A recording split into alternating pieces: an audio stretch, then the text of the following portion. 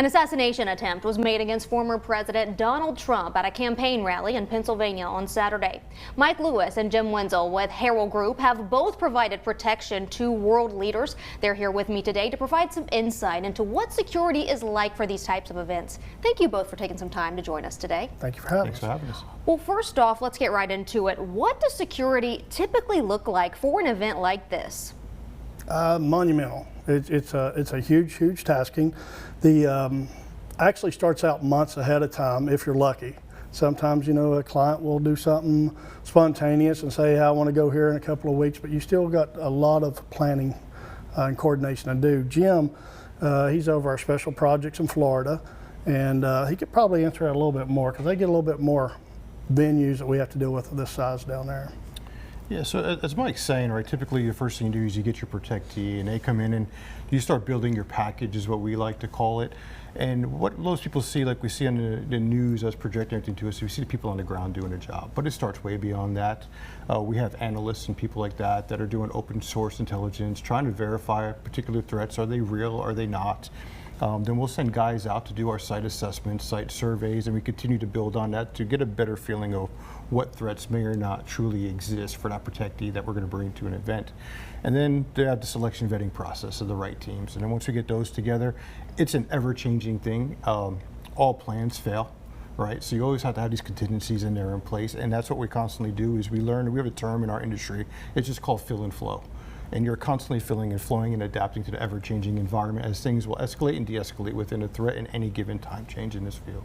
And speaking of that planning and collaboration, what does the coordination look like with the different agencies? We know that it's not just a one-man or one-team effort.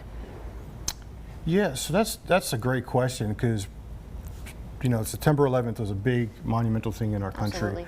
Around that time frame before, getting communication in between interagencies from the federal level to local levels was a difficult tasking, and we've seen those pitfalls in that. We've worked so hard since doing that, from the military to my job in law enforcement to private through there, is getting those together. And you'll have a group that's tasking in hand, and it filters down, and it's great, and it works, but there's also Murphy's Law. Things happen, communication can fail, batteries fail. But overall, communication at those levels is pretty stellar at this point. Everyone has a common nature. They've gotten rid of coded language. It's more plain language, using similar terms, understanding of the same protocols and procedures. So you get a lot of people on the same page, and typically they'll do multi-jurisdictional things together and continue to build on that. I've done a lot in my law enforcement career, from a hostage negotiator on up through big events. I was in Virginia, Busch Gardens is a big thing, and we would bring in the FBI in multiple jurisdictions. We'd have 60 something, and we'd do big things in there to get everyone working together in case there ever was a big event. So it's a constant thing. It's not perfect. We're working on it, but it's something that it changes and grows every day for the veterans. Yeah, we just had one of these in Florida, and it went really well. And we ended up actually identifying some threats down there, and the guys on the ground actually was able to do that. The biggest thing for us, and it's also for Department of State, Secret Service, you name it, the biggest thing is you're wanting to prevent something from happening versus having to protect somebody. It's always, that's always the goal. And let's talk a little bit, we've seen that video over and over again. What failures did you see from a security standpoint at Saturday's rally? Well, your client was shot and multiple people was shot. It doesn't matter if you did everything perfect. It's a failure at that point. We're not going to armchair quarterback anything. I'm not going to ever second guess the law enforcement, especially the authorities involved in stuff like that. I will say, if the report's true, that the guys on the ground requested more resources for that venue, and it was denied, then I would start pointing fingers there.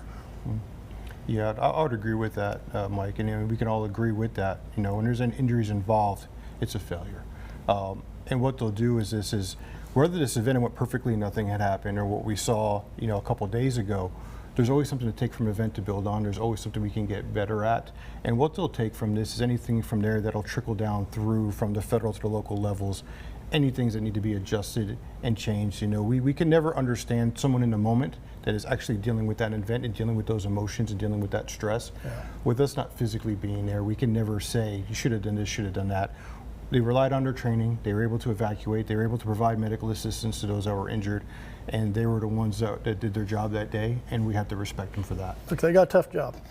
And I'm sure we'll be hearing more about this throughout the week and in the months to come. But thank you both for taking some time to stop by First at Thank 4 you. today. We Thank you. appreciate your perspective.